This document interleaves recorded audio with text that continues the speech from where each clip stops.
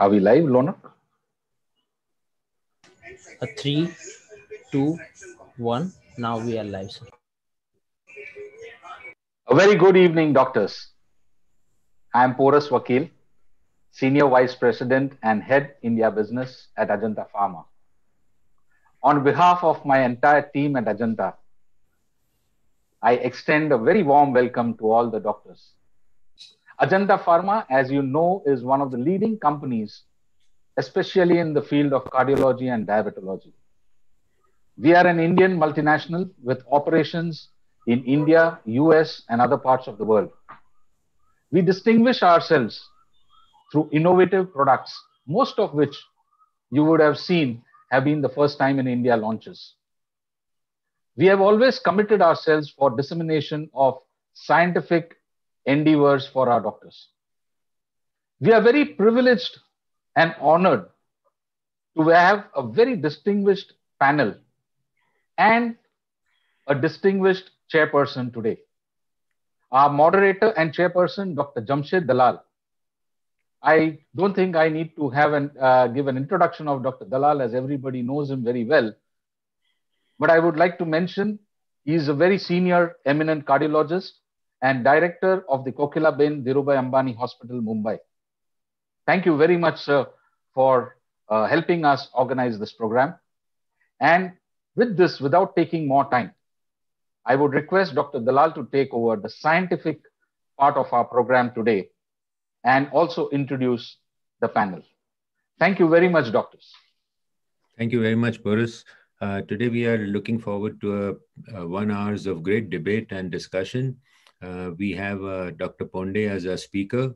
All of us know Dr. Ponde. He's a friend and colleague for many years now. I'm not going to read through all his data because it's quite detailed, starting off with the gold medalist, then fellowship in interventional cardiology from Australia, and most recent, as you can see, in 2020, Inspiring Cardiologist of India Award. So congratulations, Dr. Ponde, for that. And of course, he's been working for a very long time at the PD Hinduja Hospital as a senior cardiologist. So he'll be giving us a talk on hypertension today, and we're going to have an intermittent discussion along with the talk so that it becomes an interactive discussion. Also, at the end of the talk, we will take questions from all of you, so please do send your questions. I would also like to introduce the two other panelists, Dr. Iyengar, again, a very old dear friend of mine. He is the present appointment is as a consultant emeritus academy head department of cardiology at the Manipal Hospital in Bangalore. Multiple awards, including from the President of India, member of multiple societies, and of course, large number of publications. Our second panelist today is Dr. Sami Srivastav, Director and Head of Non-Invasive Cardiology and Head of the Research Department at the Fortis in New Delhi, past President of the Indian Academy of Echocardiography, Editorial Board of Indian Heart Journal, and again, a very distinguished personality with a lot of publications and presentations. So we'll now move on to a talk. I would like to mention here that if you want to lead a healthy, long life, I think you need to control all the factors. One, of course, is lipids, the other is sugar, and the third most important is blood pressure. I think if we can all control these three things adequately, then I think we'll definitely reduce our cardiovascular risk and increase our survival. So I'll request Dr. Ponde to take over, and he's going to present some slides. We're going to have interaction in between. And then, of course, let's see how much knowledge we can pass on to all the audience. And thank you all very much for joining in. So Dr. Ponde, over to you, please. Thank you, sir. Let me share my slides. Yes. We will have a pretty informal discussion, which I had in my mind today. And today's theme of the talk, or the discussion point, is the combination therapy in hypertension is rational. And we are going to focus upon a new combination of three pivotal drugs, beta blocker, a cheap diuretic like chlorthalidone, and a very trusted, widely used in India, ARB, telmisartan, as a part of this concept of combination therapy in hypertension. As we all know, Whether you use IHS guidelines or an ACCSA guidelines, that is a different story. That whether you label somebody's BP as stage 1 or stage 2, and in these are little stringent guidelines about American Heart Association, but the IHS says 140 to 160 could be grade 1 and beyond 160 could be grade 2. Whatever the definition that you use, as Dr. Dalal said, we need to control our blood pressure extremely well for a given population. For example, if you are diabetic, the goal is much lesser. If you are a non-diabetic, uncomplicated hypertensive, the goal is little more liberal. So why control of hypertension is important? Because the cardiovascular risk increases right from a systolic BP of about approximately 115 to 120. 120 and above, the risk keeps on increasing because the blood pressure causes almost 35% of cardiovascular deaths worldwide, 50% of all stroke deaths, and approximately 25% of all coronary artery disease deaths. Even half of congestive heart failure, whether it's HFpEF or HFrEF, is clearly linked to antecedent long-standing hypertension. And we know this, that every 10 millimeter of decrease in mean systolic BP reduces 30% reduction in the risk of IHD mortality and 40% reduction in the risk of stroke mortality, stroke more than coronary artery disease. The Indian statistics tells us that around 25% of urban men and around 23% of women above the age of 25 in urban India do suffer from hypertension. And that is the data from 2014. Also in India, this similar data, which was published from Indian Journal of Nephrology by Dr. Georgia Abram from Kochi, this was his pivotal paper. 57% of all stroke deaths, 60% of patients with CKD, and 25% of coronary heart disease deaths are clearly linked to long-standing blood pressure of approximately a decade or more. But despite this, a large proportion of patients across the world do not have controlled blood pressure. The simple definition of uncontrolled hypertension is any blood pressure above 140 over 90. Treated, untreated, that is a separate issue. When it is above 140 over 90, it is uncontrolled. And if you can see here, the world population of hypertension, this is a data from 2005 across 18 European countries and Latin America, that almost more than half of this population is uncontrolled. Some of them are unaware, some of them are aware but untreated, and some of them are aware and treated and yet uncontrolled.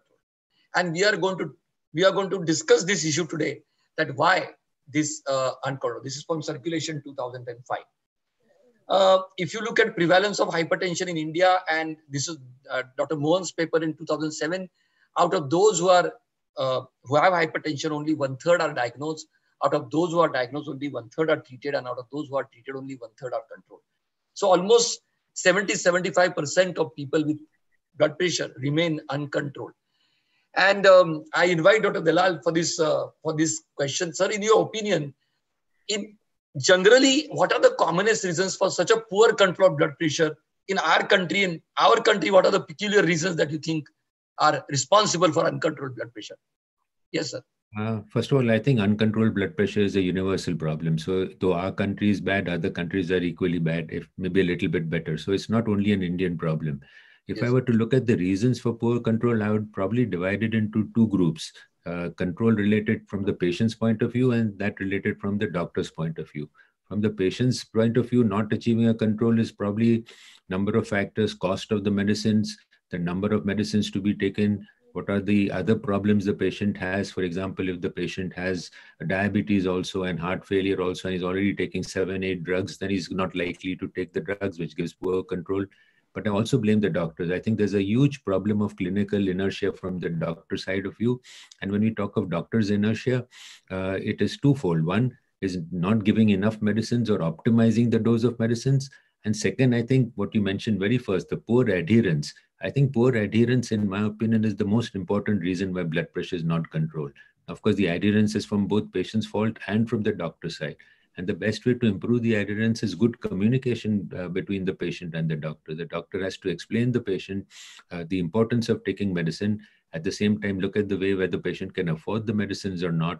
Make sure that the medicines are not given into too many tablets. So I think the reason for not control are plentiful. Many of them can easily be overtaken and some of them cannot be. So I think, as you mentioned out here, patients, I mean, here you clearly mentioned poor adherence as the most important one, which I think is the most important. Again, physicians' reluctance, that is physicians' inertia not to properly treat the patient. And again, there may be other reasons, cost of drugs, side effects of drugs, etc.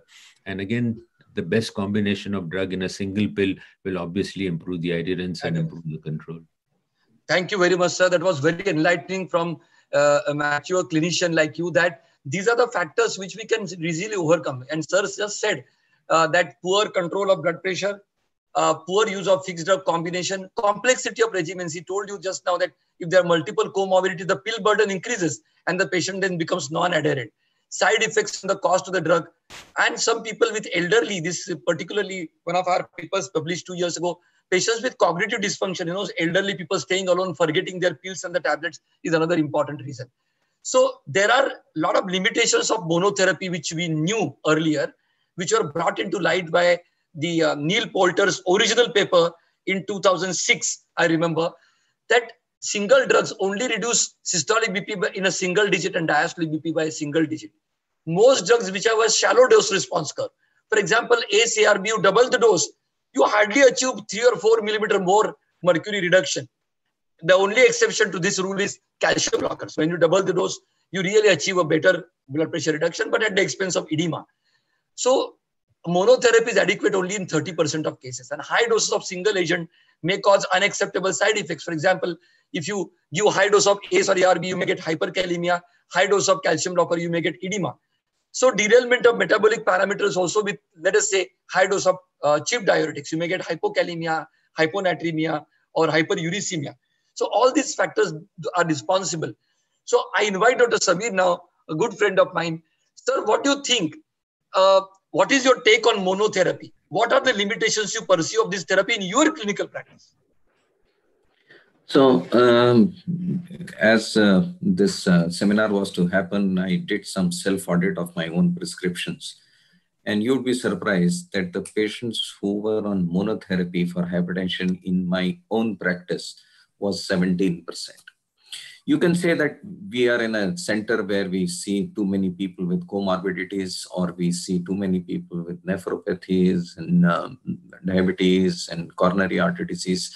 But monotherapy for hypertension is as dismal in a tertiary care center as 17%. This is my self-audit, but just since we were to participate in this. And again, the limitation of monotherapy, we know that one drug going higher up, you'll have more of side effects like in calcium channel blocker, you'll start having more of pedal edema or other side effects. And when you combine it with the two, you'll have more multiplier effect. So 1 + 1, when you have dual therapy or triple therapy, small dosages of triple therapy will be more efficacious than one large dose keep bumping it up. And unfortunately, this is something which is as a major limitation, because hardly ever would you find that a single person, single dose would be adequate to control blood pressure. That's right, sir. Because so you have to target so many targets also. So it is not necessary that a person with hypertension, you just stop the calciums and your blood pressure will be controlled, or you stop the RAS and your blood pressure will be. So if you target more of the receptors of different systems, better efficacy is established. Yes, sir. So Samirji, that means in your opinion, almost 80% of people require more than 2 or more than 2 drugs to control the blood pressure, right? Certainly. So these are the trials which showed us earlier, right from renal to UKPDS, LHAT, that almost 70% of people require 3 or in fact even more drugs to control blood pressure adequately, because multiple neurohormonal pathways have to be taken care of or addressed to. And this is one such example. This is a patient 1. This blue bar, the blue square is renin-angiotensin system, the red square is sympathetic system, and the yellow square is the fluid or volume overload. So this is a typical renovascular hypertension patient 1, high RAS, modest activation of sympathetic system, and very minimal volume overload. On the middle, you have a metabolic syndrome patient who have large amount of volume overload, modest activation of RAS, and very minimal activation of, modest activation of sympathetic system and minimal activation of RAS. And on the right-hand side, a typical aggressive, young, globetrotter, ambitious young person with a lot of sympathetic overdrive, modest activation of RAS, and minimal volume overload. So let us see if you start treating a metabolic syndrome patient who's volume overloaded with a diuretic. For a couple of months, the blood pressure may be very good. But as the plasma volume contracts, there is a secondary activation of the RAS system. And therefore, the blood pressure starts creeping up again. So why not this patient then to treat with a combination of ARB and a chip diuretic, or ACE or a chip diuretic? So that is a combination really of a rationale of the combination therapy. One, to counter many neurohormonal pathways, and two, to sometimes offset the side effect that may be produced by the single drug. For example, calcium channel blocker may give edema, so combining a calcium blocker with a diuretic. Or calcium blocker which give reflex tachycardia, you may combine them with a beta blocker. Or RAS activation produced by diuretic or CCBs, and then you may give a RAS blocker in addition to that. So now I invite Dr. Iyengar. Sir, what is your opinion about the concept of combination therapy in hypertension? And do you see it as a necessity, not as a choice, a necessity in majority of patients with blood pressure? Sir, you are muted, sir. You're mute. Yes, sir. Thank you, sir. Dr. Pandey. Yeah, it has become a necessity to use combination therapy in majority of our patients of hypertension. So it is like a multi-pronged attack on an enemy. There's always better than a single attack. And in fact, if you look at the recent guidelines, they've almost abandoned the concept of monotherapy, except in selected few, like low risk grade 1 hypertension, or very old patients, or frail patients where you have to go slow. As you have rightly mentioned, you can reach the goal or target faster. And we know the value of the value study, that when you reach the control of blood pressure faster, the cardiovascular events are definitely much less compared to when you reach the target much slower. It also overcomes two very important barriers. One is the adherence, and other one is the therapeutic inertia. So combination therapy will overcome these two important barriers. And the fast control also has an impact on the psychology of the patient. He becomes quite interested in the blood control, and if he knows that he's well controlled, he'll be better motivated to go ahead for the prolonged therapy. So it is here to stay. I think majority will require combination therapy, though there might be few disadvantages. We have to accept those things. Sometimes it might cost you a little more, though it probably Indian pharmacies have come out with very cheap drugs.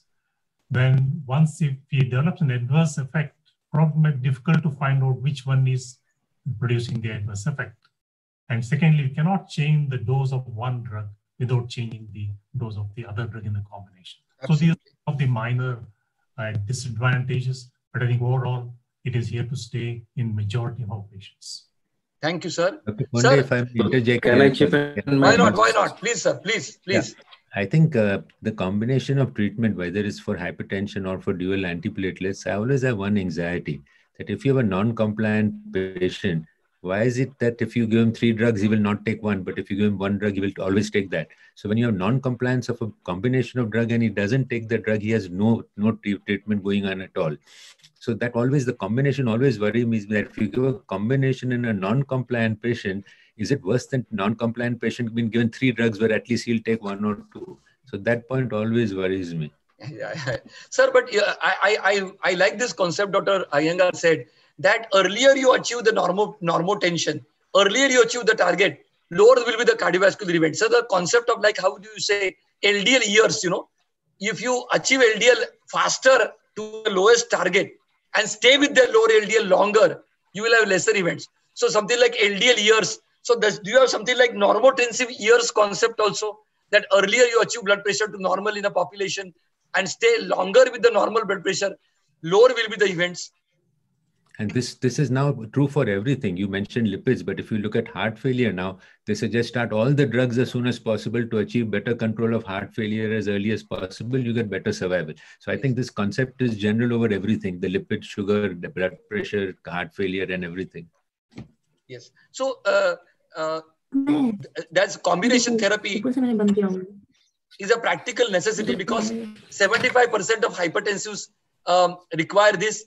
It has a greater efficacy and, as Dr. Iyengar said, faster achievement of target BP and higher response rates.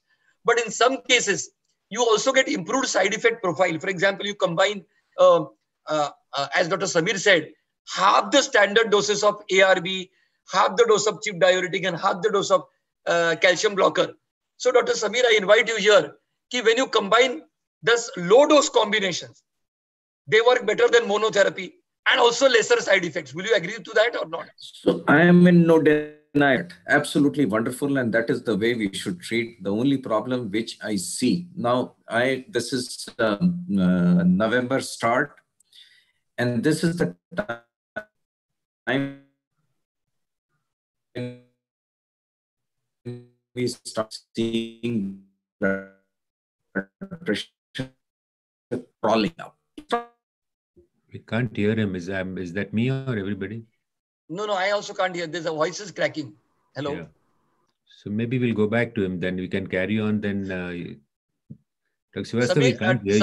Samir, your voice is cracking. Hello, Samir. I think it's frozen, Dr. Ponde. Let's carry on. Yeah. Okay. Yeah. Somebody, Kanuji, you can call him on the mobile and tell him to check his internet connection, please. Yes, sir. Yeah. So we have here a possible combination between some classes, and on this slide, I would like to spend at least a minute. Like these blue lines are approved combinations: calcium blocker, beta blocker, calcium blocker, RAS blocker, either ARB or an ACE inhibitor, calcium blocker and a cheap diuretic, ACE or ARB with a cheap diuretic, and of course, these are the combinations which we very commonly see in clinical practice.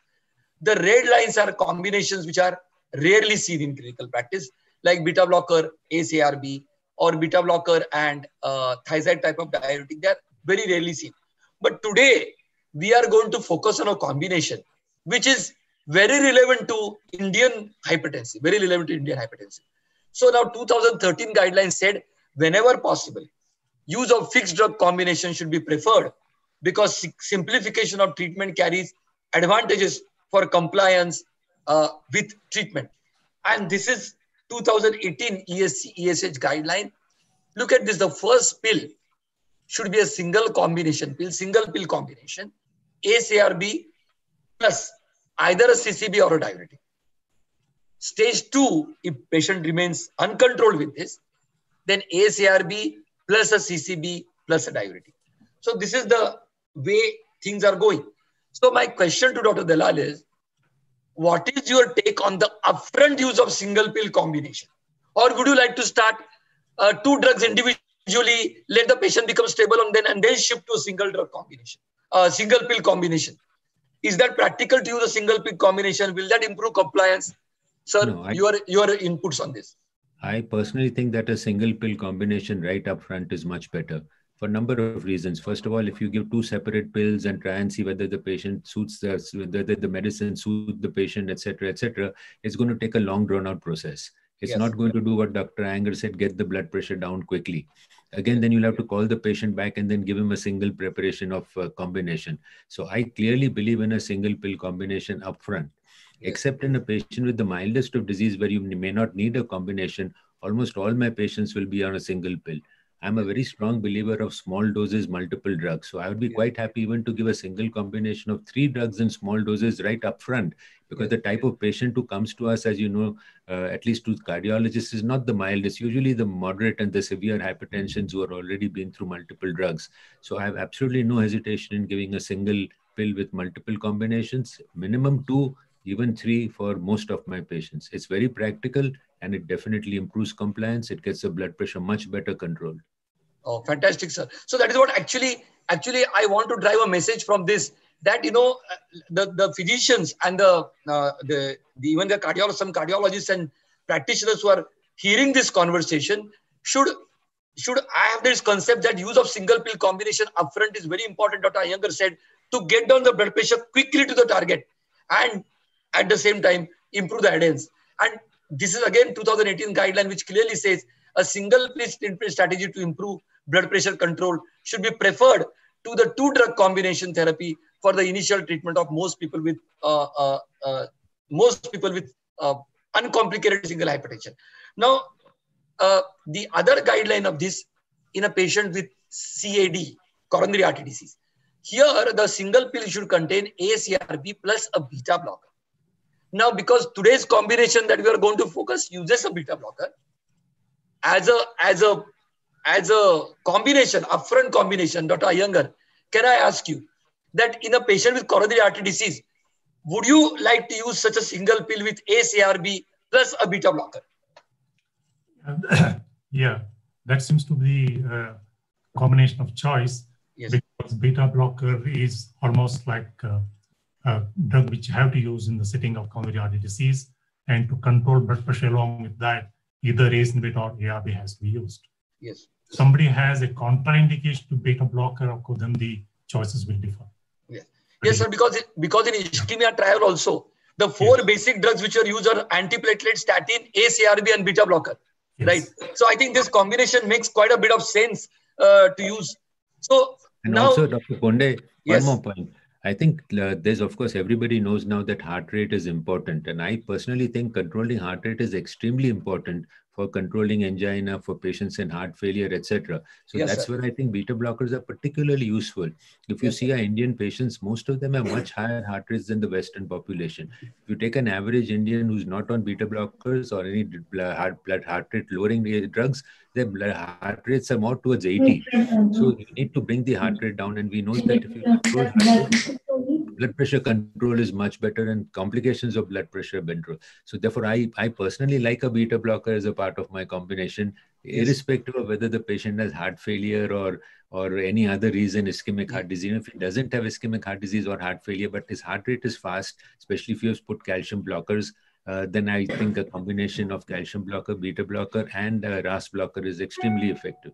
Excellent. Sir, now, Dr. Samir, sorry, you got we lost you in between. But now I invite you on this. Yes, sir. So let me just give you my take on it. Yes. Unfortunately, the trials have been extremely unfair to beta blockers. Yes.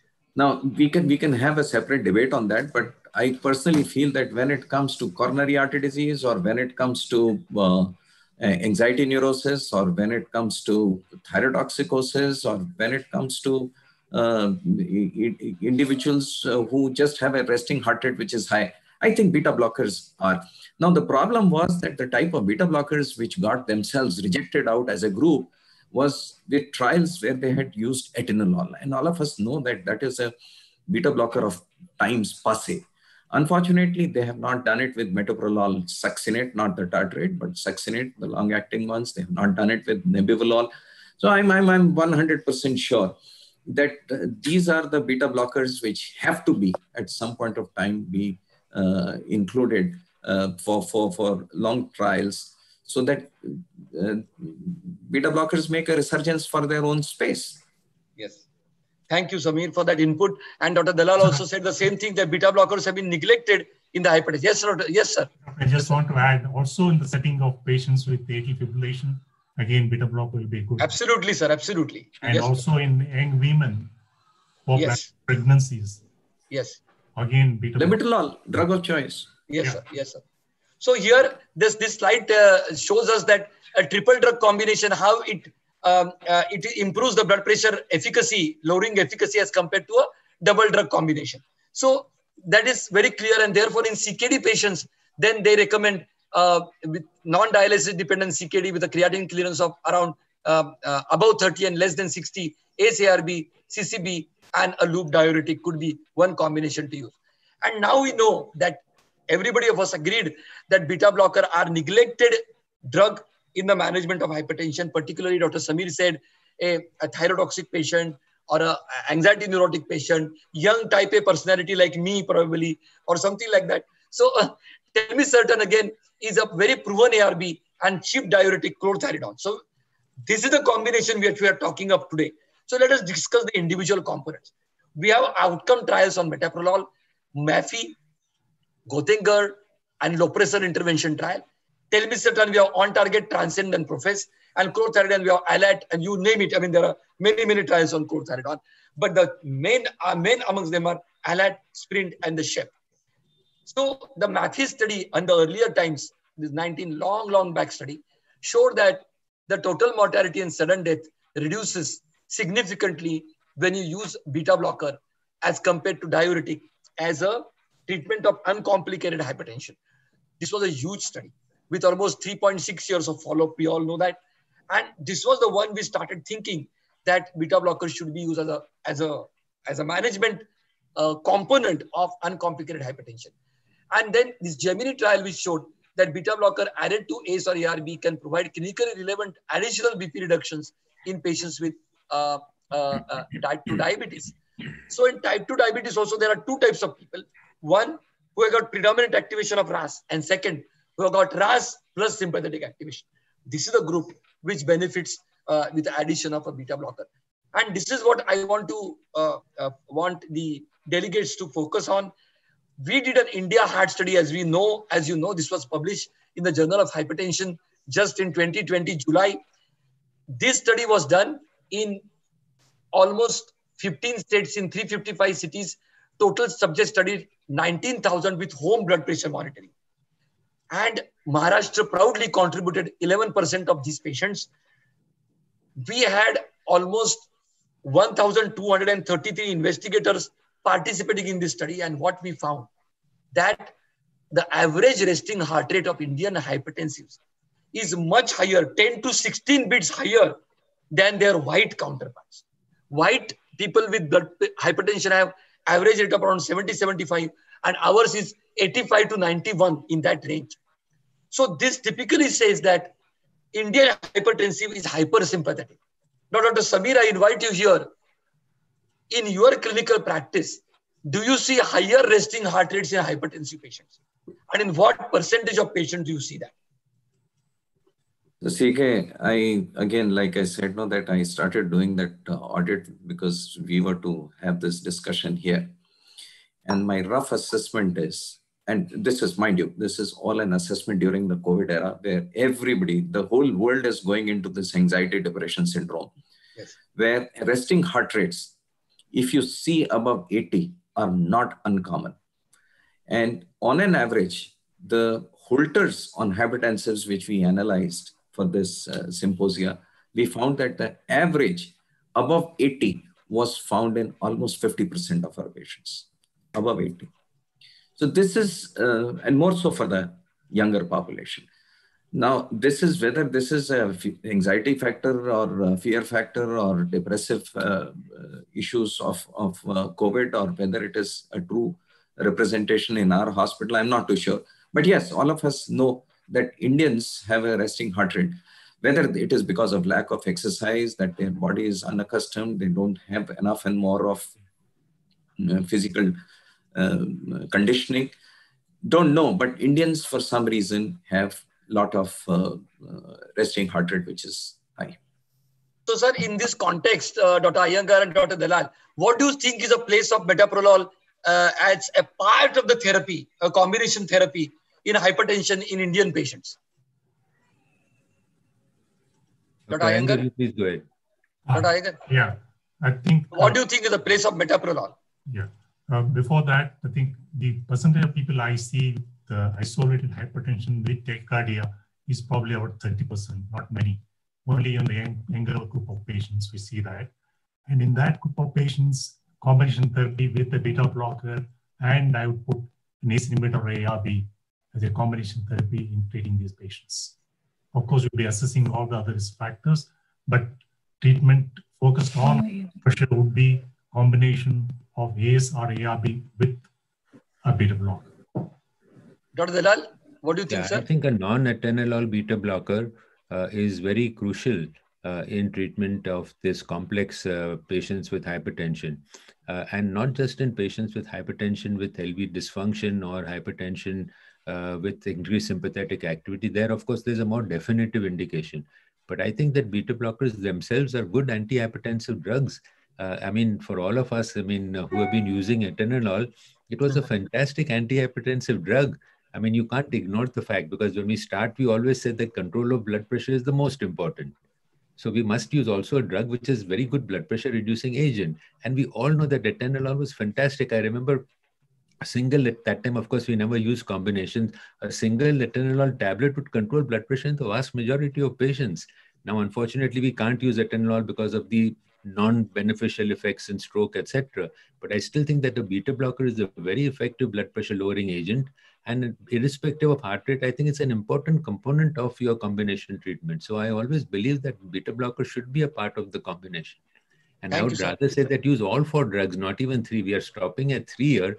I would suggest that when the commonest 3 is what you described, but add another diuretic to it, and you can get a beta blocker, a diuretic, RAS blocker, and a calcium blocker, all in small doses. And I feel that should be the single combination pill for all patients.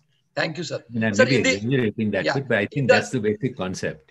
Yes, sir. Sir, in India heart study, actually, when the data started creeping, see, we went and gave HBPM machines to every patient, and the readings were blinded to them. Readings were not known to them. They will return the machine at the end of 1 week. And in the interim data, I kept on asking myself every time as a student, I was told early morning surge, early morning surge. In almost 78% of our Indian hypertensives, we saw the surge in the evening, not in the early morning. This paradox of evening surge, more proportion of masked hypertension, and very high resting heart rates right from the word 10 a.m. to around as late as 9:30 p.m. in Indian hypertensive patients was an eye-opener of this Indian heart study. And it has given us a good insight into what is happening to Indian hypertensive patients. Now, they're more peaceful at home than they are at work. That's what it means. Yes, probably. Yes, sir. What are the age group of these patients, Dr. Pandey? Sir, the age group started from as low as 27 to as high as 82. Our oldest patient was 82 and the youngest patient was 27 years old. But the mean age was something like 58 and a half, something like that. So, sir, chlorthalidone, as we know, that potency-wise, efficacy-wise, it's a better drug it's a better cheap diuretic than the others, like the older one, the hydrochlorothiazide. We know the SHEP trial has shown decrease in the cumulative stroke rates with chlorthalidone. And there are several studies which appeared later on in support of chlorthalidone.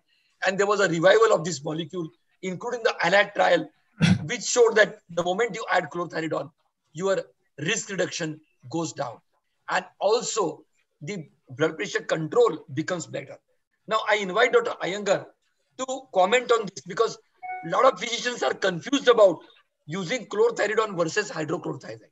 So what is your take on this, sir? Comparing this efficacy-wise, pleiotropic benefits and side effects, sir. Yeah, before let me tell you what Dr. Norman Kaplan said about hydrochlorothiazide and chlorthalidone. He said it is a tale of tortoise and a hare. The physicians are all tortoises. We're very slow to uptake these evidence-based medicine. Whereas the pharma companies were hares. They were very quick to market hydrochlorothiazide because it came 1 year earlier than chlorthalidone. And it went up and again. So it's very clearly chlorthalidone is stronger and longer in its effect on hypertension. Yes, sir. Reduces blood pressure quickly. It reduces cardiovascular mortality and morbidity, and it produces LVH regression. All have been shown by various studies. And in fact, if you mentioned about SHEP study and all-heart study, the MARFIT study, if you take, when they started, they had 15 centers, and 6 centers chose to use hydrochlorothiazide, 9 centers, and 6 centers chose chlorthalidone. After 4 years, they saw that those who are using chlorthalidone, they had marked reduction in the risk of morbidity and mortality. So changed all these patients to chlorthalidone. Yes, sir. This story of MARFIT. So it's very clear, chlorthalidone is here to stay, and it is much better drug. And Kaplan says this is one of the best diuretics to be used in hypertension. He uses very strong words. If I might read that, millions of people have been given this less effective drug, that is hydrochlorothiazide, which did not protect them from cardiovascular events. Unwittingly, these are the recipients of a flagrant failure of evidence-based medicine. Yes, sir. So chlorthalidone is the one which you should use, or a long-acting diuretic is the one we should use. So, this study also has shown that, chlorthalidone has a greater BP lowering efficacy, especially at night. The nocturnal dippers, non-dippers, in them chlorthalidone acts much better. So this we know already. And then the third molecule is in this combination we are going to talk about today: beta blocker, chlorthalidone, and the telmisartan. Telmisartan is with us for a very, very long time. It has the longest half-life. It has an insurmountable antagonism to AT1 receptor. So it has got a very strong AT1 receptor antagonism, greater binding affinity and slower dissociation rate from the receptor, producing longer efficacy and greater efficacy and enhanced safety profile also. It is highly lipophilic, therefore there's a high tissue penetration also. So these are the advantages of telmisartan over the others. And it is called as cardiometabolic sartan because it reduces blood pressure, reduces left ventricular hypertrophy. It is a PPAR gamma agonist. Therefore, in metabolic syndrome patients, it improves insulin sensitivity and reduces insulin resistance. It reduces fasting glucose and also has favorable effects on the lipids. So, Dr. Dalal, now I want to invite you here. How do you compare this sartan versus other sartans? I think telmisartan was the first one, not the first one, of course, there are other sartans, but was the earliest one with a single daily dose for hypertension treatment that came. After that, many sartans have come. But I think, in my opinion, telmisartan still remains the most commonly used antihypertensive drug. Simple dosage regime, once a day, 40 or 80 milligrams, can be combined with almost anything. We can combine with diuretic, calcium channel blockers, beta blockers, with an additive benefit, synergistic benefit with any of these drugs. So in my opinion, I still think it remains one of the most important drugs. It's also been well tested in trials to show beneficial effects. So I have virtually no doubt that it's an extremely important ARB, which continues to remain the #1 ARB in most of the places. Maybe USA, they use other losartan and other things for other reasons. But I think in India, I think it is the #1, if I'm not mistaken. #1. And sir, what do you think about Dr. Iyengar? Anybody can, any of the panelists can say, what do you think about the 24-hour control of this drug and combination of this drug with chlorthalidone? Telmisartan with chlorthalidone. Do you think that's a wise combination? That's a very effective combination, or a guideline-based combination to be used in an Indian hypertensive patient? Yeah, I think telmisartan, again, a very long-acting ARB, and even chlorthalidone, very long-acting. Action lasts for 48 to 72 hours. So once a day dosage is enough. And even if he misses one dose, probably he can take it next few hours, he can take the dose. So it's a very effective combination of therapy, which brings down the blood pressure very effectively. Yes. And both have the outcome results. Dr. Samir, what do you think about this combination of telmisartan and chlorthalidone? My only take is that I'm a little cautious when it comes to combination of, it's a lovely combination. There is no doubt about it. And like Dr. Iyer said, that it's hare and the tortoise who started to catch up quickly. And actually the three diuretics, of which two are thiazide-like, and this is a lovely combination to answer that question. But one more diuretic, which we hardly ever attempt to discuss, is indapamide, the sustained release. That is yet another diuretic which has got rather beneficial effects, as maybe in as much of comparative terms as chlorthalidone. Yes, I know that when it comes to hydrochlorothiazide, it was probably the industry bias which pepped it up disproportionately than what it deserved. But I have a take that indapamide is also something which you should not rubbish. Yes. So this is the data which showed a 24-hour ABPM control or reduction in the morning surge in a 24-hour ABPM study with different drugs: losartan, valsartan, amlodipine, and telmisartan. The early morning surge is brought down very beautifully with telmisartan because it's a very long-acting drug and has a better trough to peak ratio, so that early morning surge is covered with a single dose of telmisartan. Also, the central aortic blood pressure reduces much better with telmisartan than as compared to other ARBs. And that data is from 2013 study from 6 countries of almost 1,100 patients. So the combination of telmisartan and chlorthalidone is also a very effective combination, as all of you have agreed. So now we talk about why not combine a beta blocker in a hypersympathetic Indian patient, a telmisartan, a proven, trusted cardiometabolic sartan, ARB, long-acting, insurmountable AT1 antagonism, best trough to peak ratio, best early morning surge of blood pressure, etc. And chlorthalidone, as Dr. Iyengar said, far better cheap diuretic than hydrochlorothiazide in reduction of cardiovascular events. So now with this combination, now I want the take of everybody that what is your opinion on this combination, if this is what we are talking about today. Dr. Ponde, I am fully in agreement with the use of this combination. However, Yes. to be fair to the speaker, fair to the audience, I can see one of the chat people asking that also. So I think I'll take that point here about the question was why metoprolol was the question in the chat box. So I think there's a good time to answer that question as well. We are saying that we must use a combination of a beta blocker, an ARB, and a diuretic, of which we said these three are very appropriate to use. However, if somebody says, I want to use bisoprolol instead of metoprolol, I don't think that there would be anything against it. If somebody said instead of telmisartan, I want to use an ARB, that's also possible. Instead of chlorthalidone, as Dr. Srivastava said, I want to use indapamide. But That's we possible. don't have a combination of bisoprolol plus molmisartan plus indapamide. We don't have it. So, I mean, unless we have that, then we can discuss pros and cons. So we must take what is available, and within that availability, this combination is good or not. So on that basis, to answer that chat box question, yes, you can use different beta blockers, not atenolol, obviously. You can use different diuretics, not hydrochlorothiazide, and you can use different ARBs, each one having its own issues and problems. They have to be single days, they have to be 24 acting. But looking at what is available to us today, this is a nice, excellent combination. So this is the Indian study that that the company has successfully performed. About it's a multicentric open-label phase 3 clinical study of a fixed drug combination of metoprolol succinate 25 milligrams, chlorthalidone 12.5, and telmisartan 40 milligram tablets. And arm B was metoprolol succinate 50 milligrams, chlorthalidone dose remained the same, and telmisartan dose remained the same.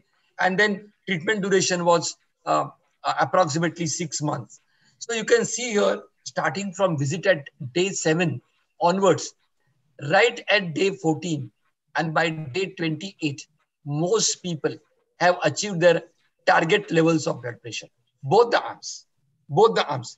In fact, heart rate reduction obviously was much pronounced with a 50 milligram arm as compared to 25 milligram arm. But the blood pressure reduction was beautifully achieved by almost at the end of around 3 weeks or so. So this is the only problem was we don't have a combination with 50 milligram or some other that Dr. Dalal was saying, maybe a higher dose of diuretic or a higher dose of an ARB. Mean change in systolic BP, if you can see here, the change was close to around 18 millimeters of mercury by around a month of therapy. 16 millimeters in the group A and around 18 millimeters in group B. This is the systolic BP. And the proportion of patients achieving systolic BP of the diastolic BP of less than 90 is called, they labeled as responders. And if you can see here, by week 12, almost 60% in group A and around 65% in group B has achieved the target levels of the diastolic blood pressure. So, sir, what is your, any of you can contribute here. What is your take on this study? I think this study clearly shows the beneficial effects. I was just thinking, looking at this combination, if they had come out with succinate, metoprolol 25 with chlorthalidone 6.5 and telmisartan 40, then you could have used 1 tablet or 2 tablets. Then you got 80 with 25 and 12.5 of chlorthalidone. Absolutely, so yes. That could have been 1 tablet versus 2 tablets and getting almost double the effect. But Yes. obviously here you can't use double because you would not want to use chlorthalidone 25 milligrams. Yes. And they've kept telmisartan 40 only. But again, what they've done is the proof is in the study. It shows very great reduction of blood pressure and a very early, quick reduction of blood pressure. So obviously it works very well. Sir, most importantly, it showed the reduction in heart rate, which was very, very important, which is very important for an Indian hypertensive patient, because the metoprolol was extended release in the study. So there was a 24-hour reduction in the heart rate as well. If you can see the mean change in the 24-hour ABPM, the mean change was minus 18 millimeter reduction in the systolic BP in the ABPM, ambulatory blood pressure monitoring, and around 20 millimeter in the group B. And here again, diastolic BP, 7 millimeter in group A and around 8 millimeters in 8 to 9 millimeters in group B. So this is a significant, a great efficacious combination of 3 drugs in a single pill, which will improve the combination. So now, when we talk about this combination, this also shows, since there's only change in this is the metoprolol, it also shows the antihypertensive effect of beta blockers. So yes, therefore, people usually don't realize beta blockers are good antihypertensive drugs. You can see yes, changing from 25 to 50 made so much difference, because though the other drugs were the same dose. Yes, sir. Yes, sir. So any episodes of hypotension in these study? Sir, actually the study was open label study, but there was only 1 point. Actually, the figure is 1.6%. 1.6%, but they were not symptomatic hypotension. There was not postural symptomatic drop or something. There was not a postural drop, but there was no discontinuation because of this. So this is a gold standard combination, because you have got a trusted ARB, you have got a proven beta blocker, and you have got a very proven diuretic, chlorthalidone chip diuretic, which has got data for pleiotropic benefits, cardiovascular risk reduction, stroke risk reduction, and early morning surge reduction in the literature. So this is a very useful combination. So single pill combinations have numerous advantages over multiple drugs used together. And Dr. Dalal said he will have no hesitation using a single pill drug combination. But as Dr. Dalal also said, and Dr. Iyengar also said, that when you want to reduce the dose of only one drug out of the 3, that is not possible. So that flexibility goes little less in a single pill as compared to free combination. But otherwise, single pill combinations succeed everywhere else. And therefore, guideline recommendations are clearly for single pill combination treatment is recommended for most hypertensive patients as an initial therapy. Whether it is uncomplicated hypertension, coronary artery disease hypertension, CKD hypertension, diabetic hypertension, a single pill combination is worthwhile to use. And they're all class 1A recommendations, if you can see here. So the guidelines have clearly changed in favor of combination. So we know that they improve compliance, they improve adherence. So let us, for the house's sake or delegate's sake, let we discuss a case. And Dr. Samir, this is a case for you. You are supposed to discuss this case. I invite you to discuss this case. A 39-year-old male, obese guy, height of 158 centimeter, weight of 86 kg. Samir, you are there? I am there. Yeah. Businessman, globetrotter, type A personality. Family history of coronary artery disease. Father had CABG at the age of 66. Annual health checkup. BP was 150 over 100. Heart rate was 104. Fasting blood sugar mildly elevated. Looks like a typically metabolic syndrome patient. HbA1c was also mildly elevated. And lipids showed an isolated low HDL of 30. So I invite you to discuss this case as a holistic approach for this patient. So this is a 39 years old male and a globetrotter, businessman, type A personality. So let's identify what his risk factors are. He's clearly a person who is having a BMI of more than 34. If you calculate his BMI, it will be close to about 35. So hypertensives, the commonest reversible cause for hypertension is obesity. And next common cause for reversible hypertension is alcohol and obstructive sleep apnea. So I would have investigated this man for his obstructive sleep apnea, because 50% of obstructive sleep apneics are hypertensives and 50% of hypertensives are sleep apneics. So both way it works as a 50-50 rule. Now, he is at a very high risk. His risk factor for developing coronary artery disease in next 10 years is certainly very high. If you apply the ASCVD score, certainly it will be falling beyond 7.5. And unfortunately, the ASCVD score doesn't include races.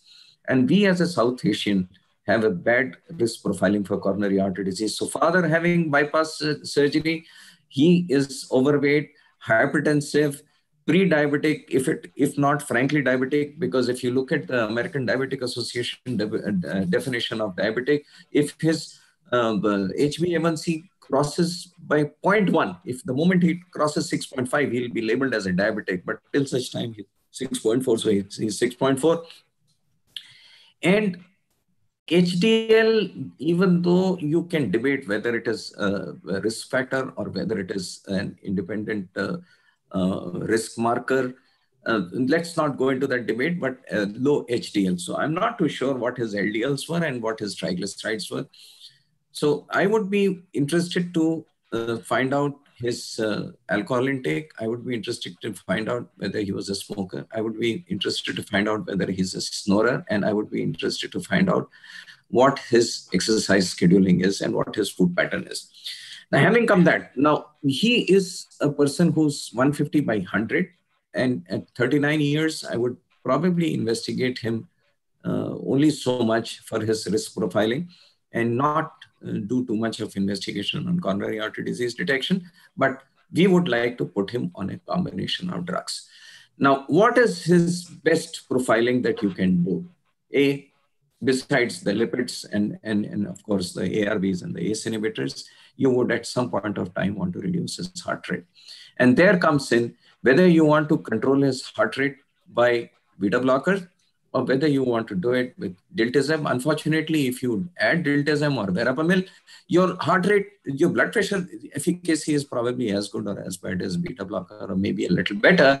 But at some point of time, you have to factor in that what do you do in case you have to give a single pill combination. If you want to give a single pill combination, your choice becomes a long-acting beta blocker, ACE inhibitor, or an ARB, and at some point of time add a diuretic. So I would be happy to control all his risk profiling. Though with this combination, we have a tendency that probably we can worsen his dyslipidemia a bit. We can worsen his HbA1c a bit. But despite that, if we still look at the advantages we get with this combination over a period of time, this will all factor in with this little bit of worsening that we are expecting. So this is a typical, yeah. So this is a typical patient, you know, with a higher resting heart rate, stage 2 hypertension, little obese side, and a globetrotter who for whom compliance is a very compliance could be a major problem in this patient because he's traveling all the time. The use of this combination like the metoprolol, telmisartan, and chlorthalidone could be a useful combination as far as you see. And I'm happy to say that because this is a typical type of patient which you would like to use. Now I'll invite Dr. Iyengar for a second case study. Dr. A 70-year-old lady. Dr. Yes, Ponde, yes. Dr. Ponde, 1 second. Yes. Dr. Ponde, may I interject this? Yes, please, sir, please. Before we go on to the second question, yes. Finished 1 hour already. Yes. I've got a lot of questions from the audience. I think we can take the questions first. Please, sir. Please. Questions with me. Please. I will move on because I think we should not ignore their questions. Sure. I'll ask the first question. Yes. I'll put the first question. I'll put the first question to Dr. Iyengar. Yes. Any specific population where this combination is contraindicated? Important question. Very important. Dr. Iyengar, would you like to take that? Combination, these three is contraindicated. It's contraindicated. Contraindications for, there are 3 drugs in that combination. You got telmisartan, you got a beta blocker, and you got a chlorthalidone. So if somebody is contraindication to metoprolol or beta blockers, you don't use this combination. And somebody has severe electrolyte abnormalities, probably don't use it. And somebody has a EGFR less than 30, then you can't use clothianol. So these are some of the contraindications will remain the same for each individual drug. I don't see. Right. So, I mean, I'll take the second question as well. Maybe Dr. Srivastava can look at that. Specifically in CKD patients, can we use this combination? So I think people are worried about these side effects and contraindications, which we have not. We've said good things about the drug. So are there any side effects of the drug and problem? I think we should answer their questions. Yeah. Absolutely. So CKD is an issue where out of the 3 drugs, 2 are drugs which can worsen hyperkalemia, like telmisartan and beta blockers. Beta blockers, surprisingly, for most people who are in the audience would be surprised that beta blockers are hyperkalemic drugs. But the even off is with chlorothalidone. So we are not looking at worsening of electrolytes either which ways, but you have to have a conscious effort and a regular routine follow-up with the electrolytes. Number 2, if your fall of GFR, if you're documenting or if you're seeing worsening of serum creatinine beyond maybe about 30% or so, then you have to be a little cautious about telmisartan issues. Though, even with stage 5 of CKD who are not on dialysis, ACE inhibitors, if they are not causing worsening of hyperkalemia, they can be given, or ACE inhibitor ARBs can be given, and they have been found to be reasonably renoprotective over a period of time. So we are looking at this combination in a very holistic manner, that for whatever the intellectual inputs people have given, this addition of a diuretic with 2 drugs which can cause hyperkalemia, I think it's a good leveler. And if you can target less than 130/80, which is a reasonable target for a CKD patient, I think that is the best thing, rather than looking at worsening and contraindication for each individual drugs. In continuation with what you said about electrolytes, there's a question: how often after starting this combination would you measure electrolytes, or for that matter, renal function? We would be happy to measure it in 1 week and then 4 weeks, and then subsequently in a CKD, like the way nephrologists usually do once in 4 weeks or 6 weeks. Every time they call them with a urea creatinine and electrolytes, if not for PTH also. So I think just to sort of review for the audience, I think when you're treating a combination of drugs, the contraindication is same as what you would when you're using individual drugs. For if the patient got severe asthma, for example, you wouldn't use this drug because it's got a beta blocker. So in an acute asthmatic patient, you would not use this combination because it's got a beta blocker. Similarly, in a patient who's got severe electrolyte disturbance or very poor creatinine clearance, you may not want to use this drug because it's got other issues. So I think you do have to look at the contraindication of each individual drug in this combination. And then if there is no contraindication for any individual drug, then of course this drug is a good combination. Dr. Ponde, is olmesartan better or any other sartan better, or would you say that is there any real difference between sartans? In terms of blood pressure efficacy, yes, there are some sartans which have shown double-digit BP reductions like azilsartan, but they don't have outcome data. Outcome data is available only with telmisartan in terms of on-target trial and some other trials. Also, this is the only ARB which has got an insurmountable antagonism of AT1 receptor, producing longest duration of action, so that if you give the morning dose, the next day morning surge is also well protected or well taken care of. Also, this drug improves insulin sensitivity and is lipid friendly as compared to other sartans. For example, with olmesartan, there is definite decrease in the HDL. With azilsartan, there is definite increase in triglycerides. So this is a metabolically neutral sartan with lot of metabolically, in fact, beneficial effects. So and this is a sartan with which we have longest experience in this country. So yes, point of that is olmesartan has got another adverse effect which we should keep in mind, is the Sprue-like syndrome. Yes. But some of the countries have banned the drug. Yeah. That is, I think, a class effect, probably, sir. It has been documented more with olmesartan. Actually, one of the trials, the roadmap trials, had more of mortality with olmesartan. Yes, roadmap, yeah. Though that is debatable, that was an acute coronary syndrome events and those. On the same question again, in terms of beta blockers, is there same question? Different beta blockers, is there any difference? Would you particularly choose metoprolol? So any sort of general idea about beta blockers difference, Dr. Pandey? I think metoprolol up to a dose of almost 50 milligrams a day is purely beta-1 selective. Bisoprolol is the highest selectivity in terms of beta blockers, but its blood pressure lowering efficacy is not as good as that of a metoprolol.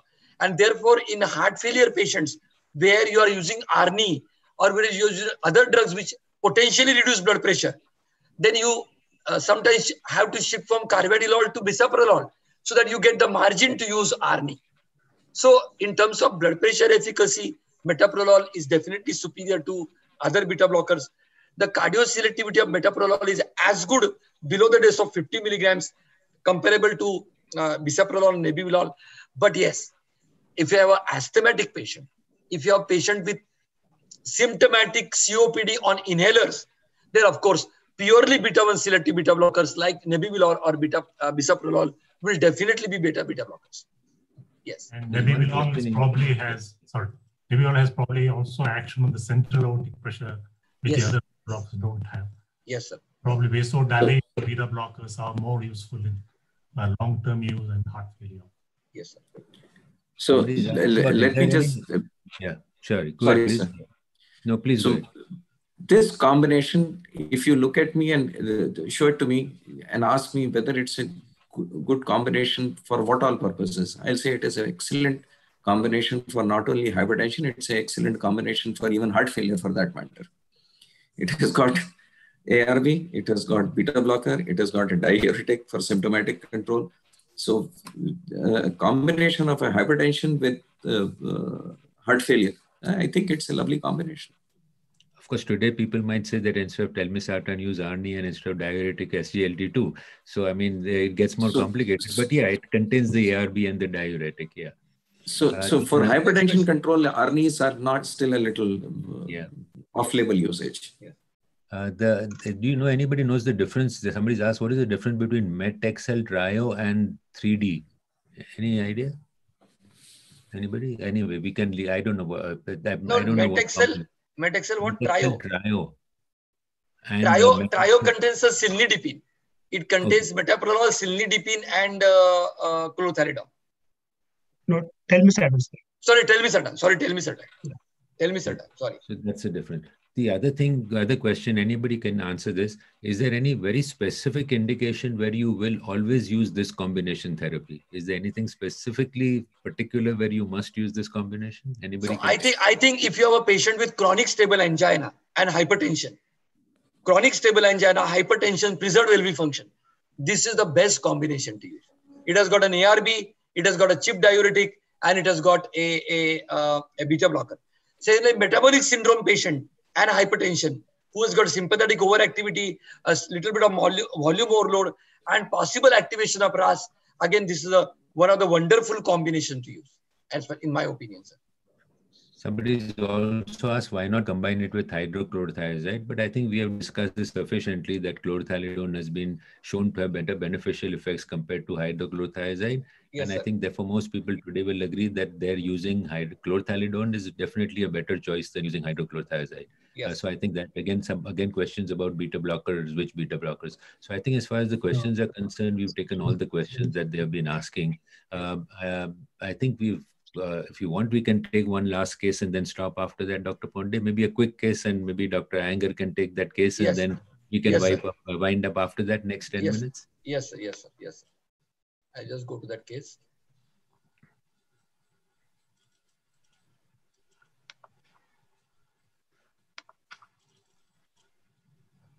Okay, this is the case for sir. 70-year-old lady. She's 78 kgs. Height of 158 centimeters, so she is definitely overweight. She has got hypertension for 8 years and mild diabetes since last 6 months. She has got a history of chronic stable angina. She's on amlodipine 5 milligram daily, aspirin 75 milligram daily, atorvastatin 20 milligram at bedtime, metformin 500 BD, and glycoside sustained release or modified release 60 milligram once a day. When she came to our clinic, her blood pressure was 176/100, 80. Pulse was 88. Diastolic was quite okay for that age, I think. Minimal peri-ankle edema she definitely had. Fasting blood sugar was okay, but HbA1c was out of range. Her electrolytes were reasonable. Creatinine was mildly increased. For my lab, it is 1.1. And urinary albumin creatinine ratio was 120. So what is your take on the hypertension management in this lady, sir?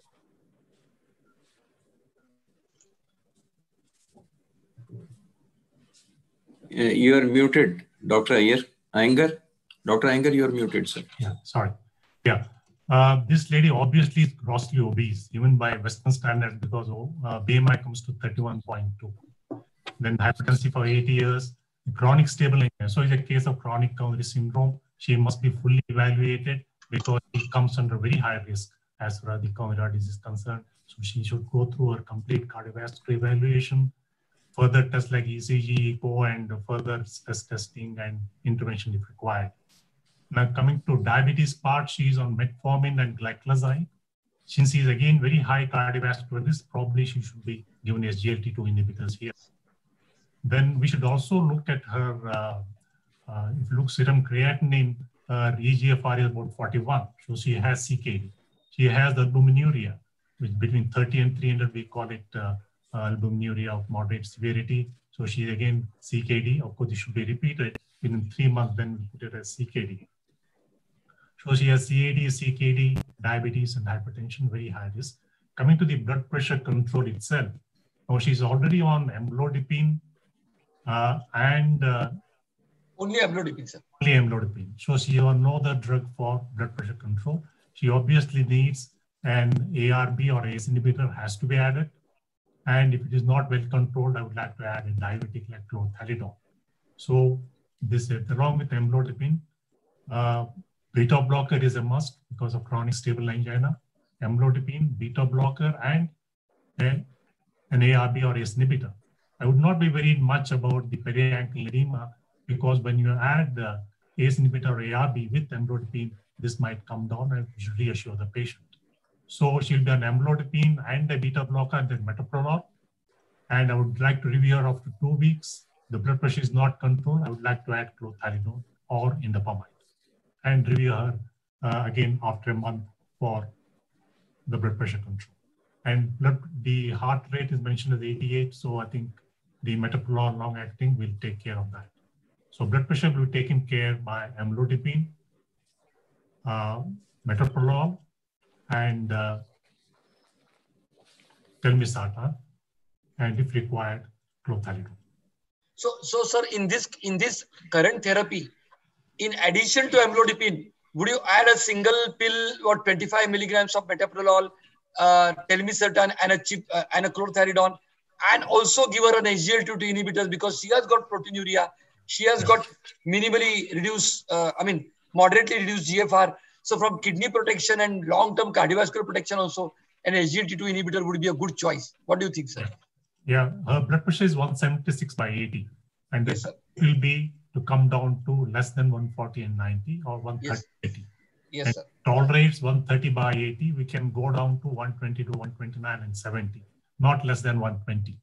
Yes. So we'd like to add at present only ACE inhibitor ARB plus a beta blocker. Yes. Amlodipine, because we are adding SGLT2 inhibitors also. Yes. And I would like to review her after 2 weeks. Yes. If the blood pressure target is not met, then I would like to add change over to a combination, triple combination of telmisartan, metoprolol, and chlorthalidone with amlodipine. What do you think, Dr. Dalal, sir? I think I fully agree. The patient needs a beta blocker, better control of her blood pressure. Suppose we were to stop her amlodipine and give her this present combination, which we discussed today. I think it would be quite effective because I don't see why she needs amlodipine. She's got edema. It doesn't do any benefit in terms of except for control of blood pressure. But suppose we did give her this present combination, she would have a beta blocker, which would be good for her angina. She would have telmisartan, which would be a good combination for a control of blood pressure, and chlorthalidone. So I would stop amlodipine and maybe try this combination and see if the angina was controlled and the BP was controlled. The SGLT2, of course, we are not discussing that aspect of it, but from BP point of view, that would be a reasonable single pill combination to give her and just stop the amlodipine for the time being. Yes. So telmisartan would be a little bit of a renoprotective also. Yes. So, and the reduction of proteinuria also, in addition to SGLT2, will be complemented by telmisartan. So, I think the message is very clear that this patient requires, number one, an ACE on ARB, which is very strongly and prominently missing from a prescription. It is a desperate need that ACE or ARB should be there. It is a desperate need that patient with chronic coronary syndrome cannot not have a beta blocker.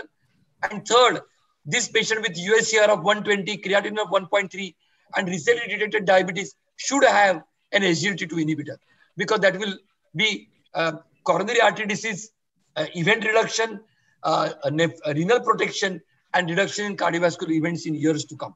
So I think this is the message from this case. Dr. Ponde, I'm going to ask you one question. Yes, sir. We have a patient with blood pressure. You're given it this combination of medicine, what we discussed, the metoprolol, telmisartan, chlorthalidone. Now his BP is still high. So what would be your next choice? One single drug in the evening, one single drug in the morning, or a combination in the evening as well as we don't want to stop this drug. This drug is working, but the BP is high. What is the next option that we would follow? We could ask all three of you this, because that's a very common problem. This is not just one single blocker in the evening, long acting. Everybody's BP. Sorry. MRA. Sorry? Pardon me? Anti-aldosterone drug in the night. One drug. Which one? In the morning. Yeah, this combination in the morning, and what at night, Dr. Iyengar? And add MRA. Dr. Srivastav, what would you do? Calcium channel blocker. Because if you look at the combination, which works most effectively, it is ACE/ARBs with calcium channel blocker. This is a lovely combination. And add a long-acting calcium channel blocker at night, and you're good. Dr. Ponde, you agree with that? I agree with that, sir. Because if you use a metoprolol, telmisartan, chlorthalidone combination in the morning and blood pressure is not controlled, adding a calcium blocker in the late night would be effective. And then despite that, if it is not controlled, then mineralocorticoid receptor antagonist would be a small dose, spironolactone a small dose, because then you are almost tending to what we call as difficult to control or resistant hypertension. Then you are going to... But resistant hypertension definition... All of you said that you would add single drug at night. Yes. Why single? Why not add a dual combination at night? Why are you all choosing single at night? In the morning, we were very clear about combination drugs being the best. So why not a combination at night now? You can use that. You can use that. Tell me. Combination of which drugs? Telmisartan and calcium blocker, he's saying. Telmisartan and calcium blocker, because she's on the morning one contains only 40. So we should also think of using a combination at night as well. You can. In fact, I have to add a alpha blocker for a male in case his blood pressure is raised. In the evening, you can add an alpha blocker at night. Because when it comes to survival benefit, calcium channel blockers don't have a survival benefit documented, neither do I have alpha blockers. So if you have to give some symptomatic relief to a man with a prostate, probably an alpha blocker will also work the same. Yes. Again, somebody asked this question, that with these fixed dose combination, titration is a problem. I think Dr. Iyengar and Dr. Ponde both mentioned that yes, there's no doubt about that. When you combine drugs in a single pill, obviously titration will be a problem. So you have to work around that. The fact is that if you can get 80 or 90% of your patients managed without the titration, it is fine. Now, suppose you do need to titrate, as we've been discussing. In this patient, you've given this combination, BP is still high. Now we know that this contains only 40 milligrams of telmisartan. Yes, surely you can give another 40 in the evening or even 40 in the morning at the same time along with this medication. So you can sort of counteract the titration problem by using an appropriate drug, whichever you want to use, either an extra beta blocker, metoprolol with the 25 milligrams or an extra telmisartan if you require. So titration, I think you'll all agree, we cannot avoid that, but we can play around with it. Yeah. Up titration is not a problem. Up titration is not a problem. Down titration is a problem. Correct. Absolutely. I was about to say that. Down titration is a problem. So that because when you down titrate, you have to split 3 drugs. Yes. This combination is why they've used smaller doses also. If you see, they've not used very large doses. 40 of telmisartan. So hopefully down titration may not be required. Yeah. Yes, Dr. Iyengar, you wanted to say I just something? wanted to ask, this combination available with 25 milligram metoprolol and 50 milligram metoprolol? Yes, sir. So you can upgrade to one tablet again. Yeah. Yes. Can we use this combination, Dr. Ponde, at night? Just a quick thing about night and morning. You mentioned about morning rise of BP. You also mentioned that Indians don't have morning rise of BP, but have evening rise of BP. So if you were to use this combination once a day, would you use it morning, afternoon, or evening? In Indian hypertensive patients, I think with the data that we have, we should be using in the morning. The paper from Hazida et al., which appeared in the JAC, the February of this year, just before the pandemic, showed clearly that if you want to use a single pill, give it in the late evening or night, that reduces cardiovascular events more, because in white population and Caucasians, the main rise of blood pressure is in the early hours of the morning. So the chronobiology of hypertension is little different in the white hypertensives versus the Asian Indians. So that you should take into account. My take on it is, sir, that if you have to give a diuretic, better is to give it in the morning. Otherwise, just in case it starts overacting, then it spoils the whole night. All right. You think the effect of not that it's a very potent diuretic. Yes. But do you think the diuretic effect persists for a long time, or this is only an initial problem and afterwards the diuretic passes off? Any thought process on that? So whenever it is given, it is going to have a diuretic effect. It's going to be uncomfortable, regardless of whenever you start, it is going to have that till such time it plateaus. So what Dr. Dalal is saying, that the literature says that initially 4 to 6 weeks there is a diuretic, and later on the vasodilatory effect takes over and the diuretic effect blunts off. That is what you are saying. I'm not denying that, but initial 4 weeks is a problem for night. Definitely. Yes. The other thing we should keep in mind before you do the night dose in certain patients is ambulatory BP monitoring.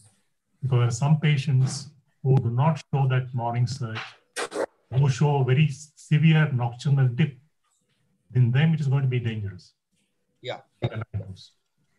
I think the nocturnal hypertension is a subject by itself, the morning dippers and whether they're extreme dippers, non-dippers. And I think that that is why even British Society recommends that we should do at least one ambulatory recording to see what is happening to the patient at night to make an appropriate choice of drugs. So I think if you can do at least one ambulatory blood pressure recording to see what's happening to the patient at night, you can much better judge whether you should give morning dose, night dose, or a split dose, or whatever you wish to do.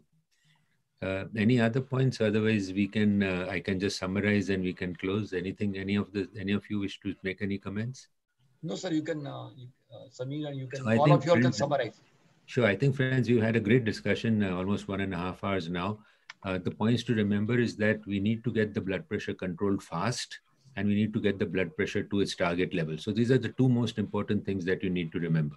Of course, we need to do it safely, and we need to make sure the patient is compliant. Now, in order to make the patient compliant and to make sure that the BP targets are achieved and to achieve them quickly, combination therapy is the best. So clearly, combination therapy takes care of all these problems. Now, of course, you can use multiple drug combinations. There's no necessity that we have to use this particular combination. This is one example of a combination of a beta blocker, an ARB, and a diuretic, which is an excellent combination. Somebody may well argue that, no, I would put a calcium channel blocker in all my combinations. Well, nothing against that argument as well.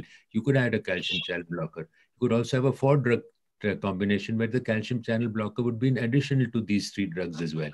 But I think the aim of this talk is that we should use a combination of drugs as a starting point, and except for the very mild hypertensions, everybody should be started with a combination pill.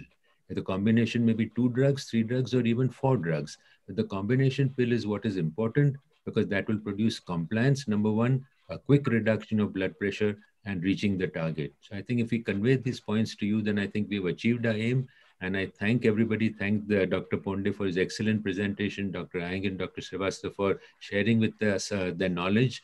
And I really do think that we had a very good practical discussion on all the points. So thank you, everybody. And of course, the audience for sending all your questions and patiently hearing us out. So over now to I don't know who is there now, whoever from thank you, sir. Thank you. Thanks a lot, sir. It's really wonderful discussion. I'm sure our all respected audience has got very relevant and information and meaningful insight, the where triple drug combination should be used. and what is the beauty of that combination. So on behalf of Ajanta sir, we like to convey our heartfelt thanks to Dr. Dalal, Dr. C.K. Ponde sir, and Dr. Srivastav and Dr. Iyengar sir. It's a wonderful, scientific feast. I'm sure all audience have enjoyed this program, sir. Thanks a lot, sir. Thanks a lot. Thank you. And I thank all the panelists. Samir ji, thank you very much for being here. Thank you. Dr. Iyengar, thank you, sir. And Dr. Dalal, it is always lovely to see you again. But you must return back to India with us now. Yeah, of course. Look, We are waiting for you. We'll probably arrange a welcome function for you, sir. Everybody here